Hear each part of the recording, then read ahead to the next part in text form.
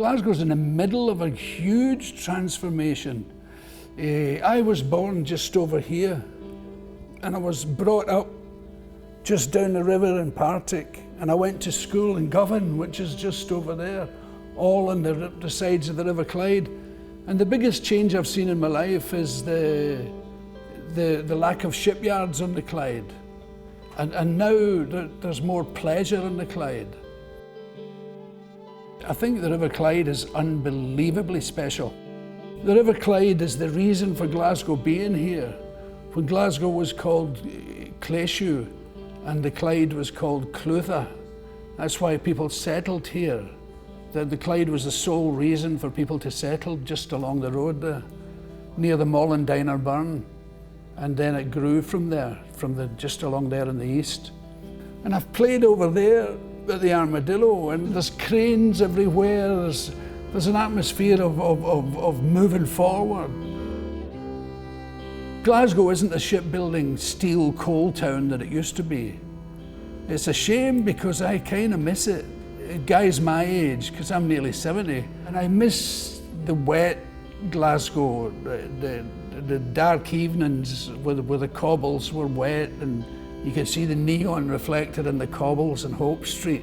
That's the Glasgow I lived in. But for the Glasgow you live in is this one here, you know, with squinty bridges and festivals and concert halls. There was no concert hall when I was a kid.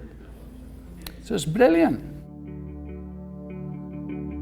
The one thing that really excites me is the Velodrome, the cycling Velodrome being built over at Parkhead there. I mean, they built one for the Edinburgh Commonwealth Games and it had no roof. Which, I mean, they did their very, very best.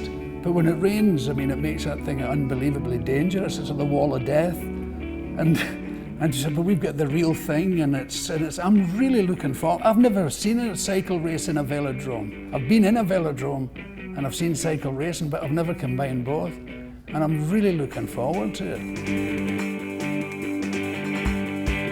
I think the people of Glasgow will enjoy it immensely. They've always enjoyed it. The Garden Festival, the City of Culture, they've enjoyed these things immensely. Even when I was a boy, they had campaigns for Billy Graham, the evangelist, and they had huge audiences. Or they had campaigns for tuberculosis, get yourself x-rayed. People turned out, they're great taker-parters. That's Glasgow, you know, they'll show up to see anything. They would follow a flitting, they'd follow fire engines to see what happens.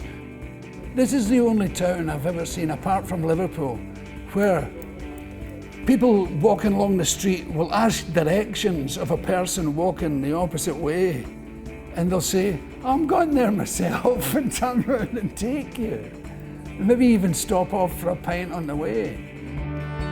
There are some cities, and I won't mention them, but are famous for dead things. You know, the great museums, and you can go and see paintings that were done by guys who have been dead for ages. You go to libraries and see books that were written by guys who died a long time ago. But this is the place for live writing, poetry, rock and roll, classical music, opera. It's buzzing, jumping, always will be, always slightly ahead of the game, you know.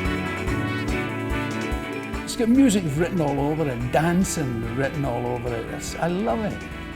It sings and dances.